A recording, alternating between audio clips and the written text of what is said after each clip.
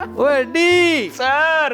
ओए मैंने सुना है वो बजट आ गया है। हाँ जी बिल्कुल आया सर। वो हमारी कोई तनख्वाहें शनख्वाहें भी वधी हैं या जुए वालों को कह के 10% मंथली ਵਧਵਾ लें। ओ साहब जी, जब से मैं पुलिस के महकमे में भर्ती हुआ हूं ना, यकीन करें मैंने आज तक तनख्वाह गिनी नहीं। और सर जी एक और बात बताऊं, जितनी तनख्वाह इस महकमे से मिलती है ना सर, इससे ज्यादा तो मैं रेडी वालों को चपेड़े मार के कमा लेता हूं सर। बकवास ना कर हैं। और जितना तू रेडी वालों को चपेड़े मार के कमाता है ना, वो इतना तो कोई कंपनी का चेयरमैन नहीं कमाता है। नसीब की बात है सर। नसीब की बात।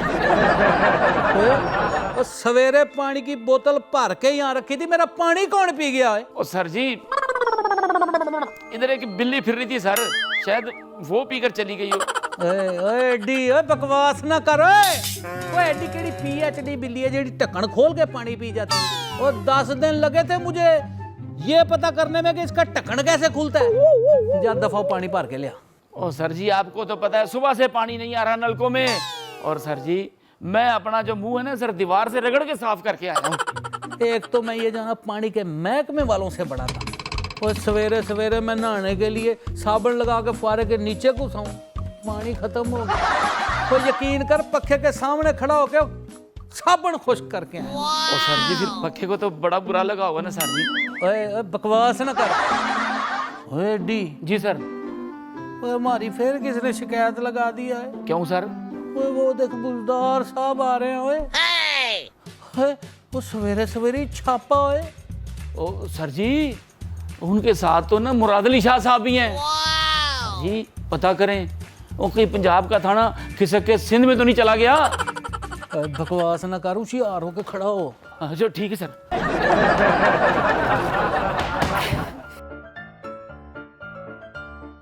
मैं सदके मैं वारी जनाब, हमारे थाने के तो भाग ही जाग गए हैं जनाब। हुक्म करें जनाब, मैं आपकी क्या खिदमत कर सकता हूँ?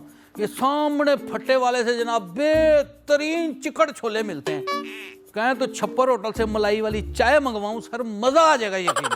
ਓਏ ਮੈਂ ਜਦੋਂ ਹੀ ਖਾਦਾ ਹੈ ਹੱਕ ਹਲਾਲ ਦਾ ਖਾਦਾ ਹੈ ਤੇ ਤੂੰ ਸਾਡਾ ਇੱਕ ਮਸਲਾ ਹੱਲ ਕਰਾ ਦੇ। हुक्म करें जनाब। सही, ये पंजाब वाले हमारा पानी रोक लेते हैं और इसी सिलसिले में तुम्हारे पास शिकायत लेकर आया हूँ। ओ जनाब मैं सदके मैं वारी जनाब। जनाब हमारा तो अपना पानी सवेर से नहीं आ रहा जनाब।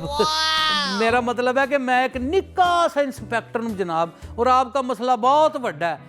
आप ऐसा करें, ये मसला जो है ना वजीर आजम साहब से हल करवाएं जनाब। ਉੱਥੇ ਵੀ ਗਏ ਸਾਂ ਤੇ ਉਹਨਾਂ ਵੀ ਸਾਰੀ ਗੱਲ ਸੁਣ ਕੇ ਇਹ ਹੀ ਕਿਹਾ ਹੈ ਕਿ ਤੁਹਾਡਾ ਮਸਲਾ ਕੋਈ ਵੱਡਾ ਬੇਵਕੂਫ ਹੀ ਹੱਲ ਕਰ ਸਕਦਾ ਹੈ। सही SHO साहब, इसीलिए तेरे पास आ गए हैं। पंजाब से आने वाला पानी सिंध पहुंचने से पहले यू टर्न ले लेता है। सिंध को इसके हिस्से का पूरा पानी नहीं मिल रहा। ਔਰ ਮੁਰਾਦ ਅਲੀ ਸ਼ਾਹ ਸਾਹਿਬ ਕੋਈ ਅਕਲ ਦੀ ਗੱਲ ਕਰੋ। ਸਿੰਧ ਵਿੱਚ ਬੜੀ ਗਰਮੀ ਪੈਂਦੀ ਹੈ ਤੇ ਪਾਣੀ ਗਰਮੀ ਤੋਂ ਡਰ ਕੇ ਵਾਪਸ ਆ ਜਾਂਦਾ ਹੈ ਤੇ ਇਹਦੇ ਸਾਡਾ ਕੀ ਕਸੂਰ ਹੈ? सही SHO साहब, ये हमें पानी देते वक्त भी डंडी मारते हैं। कागजों में लिखा होता है कि पूरा समंदर सिंध की तरफ आ रहा है। जाकर देखते हैं तो दरिया में इतना पानी होता है कि 2 बंदे सही से पैर भी नहीं धो सकते। ਓਏ ਸਾਡੇ ਤੇ ਝੂਠਾ ਇਲਜ਼ਾਮ ਲਾ ਰਹੇ ਨੇ।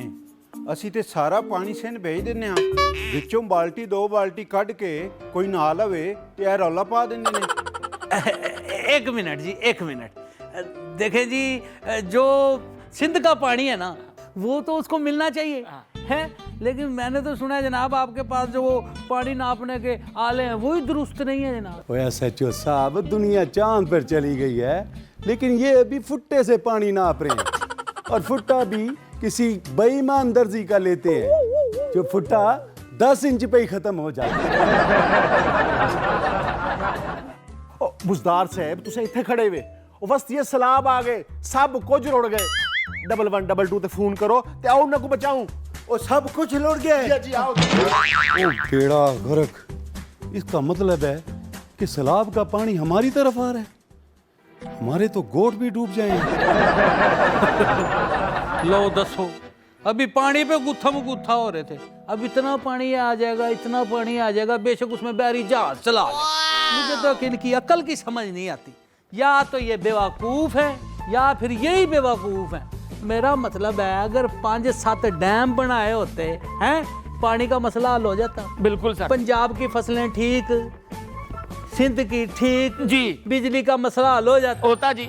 चलो फिर इसी खुशी के अंदर सामने वाला जो होटल है ना, पानी भर के लिया और उसे 2 चाय कर दो। सर जी गल ते ਤੁਹਾਡੀ ਸੁੱਟਣ ਵਾਲੀ ਨਹੀਂ